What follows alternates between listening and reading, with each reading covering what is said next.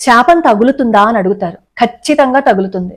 అనవసరంగా మనం ఇంకొకరి జోలికి వెళ్ళి వాళ్ళని బాధ పెడితే, వాళ్ళు రగిలిపోయిన హృదయంతో గనక మాట అంటే అదే శాపమైపోతుంది. వంశాలు వంశాలు నాశనమైపోతాయి. అలా నాశనం అయిపోతాయి అనడానికి ఈ రోజు జరిగిన సంఘటనే ఉదాహరణ. అంటే దాదాపుగా 56 సంవత్సరాల క్రితం నవంబర్ 7, 1966 జరిగింది. శంకరాచార్య కరపత్రి స్వామివారు, ఆయనంటే అప్పటి ప్రధానమంత్రి ఇందిరాగాంధీ గారికి కూడా చాలా అభిమానం. ఆవిడ ఎన్నికల్లో గెలవటం కోసం కరపత్రి స్వామివారి దగ్గరికి వచ్చి తను ఎన్నికలలో గెలిస్తే గోవధని నేను నిర్మూలిస్తానని చెప్పి మాట ఇచ్చింది. సరే, నువ్వు ఖచ్చితంగా అలాగే చెయ్యాలని చెప్పి కరపత్రి స్వామివారు అనగా, సరే నేను అలాగే చేస్తానని చెప్పి మాట ఇచ్చి ఎన్నికల్లో గెలిచిన తర్వాత ఆ విషయమే మర్చిపోయి దాని గురించే ప్రస్తావన తేకుండా రేపు మాపు అంటూ వాయిదా వేస్తుంటే నవంబర్ 7, 1966 సంవత్సరంలో ఢిల్లీలో 1,00,000 మందితో నిరసన వ్యక్తం చేయటం కోసం రోడ్ల మీదకి వచ్చారు అప్పటి శంకరాచార్యులు.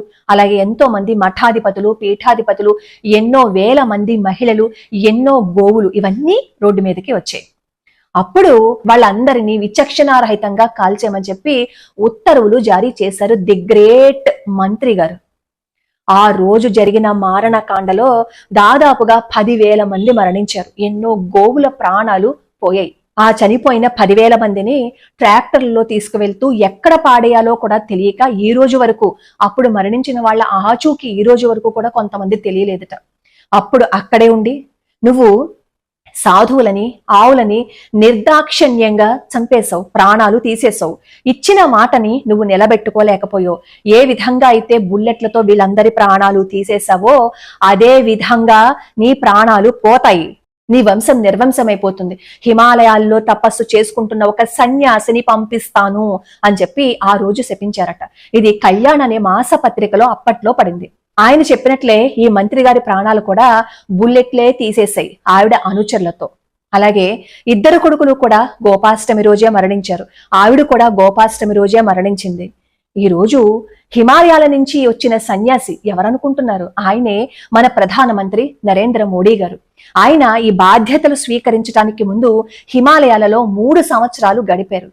కరపత్రి స్వామివారి మాట ఎప్పటికీ వృధా కాదు, అది సత్యమవుతుంది. అలాంటి కరపత్రి స్వామివారి ఆశీస్సులతో ప్రధానమంత్రి అయిన నరేంద్ర మోడీ గారికి ఎటువంటి ఢోకా ఉండదు.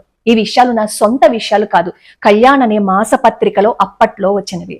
కాబట్టి మనం ఇంకొకరిని అనవసరంగా బాధ పెడితే వాళ్ళు తీవ్ర వేదనలో ఇచ్చే మాట శాపమై వంశాలు నాశనం అయిపోతాయి. అలా వంశాలు నాశనం అయిపోయిన వాటిలో ఈ కుటుంబం ఒకటి.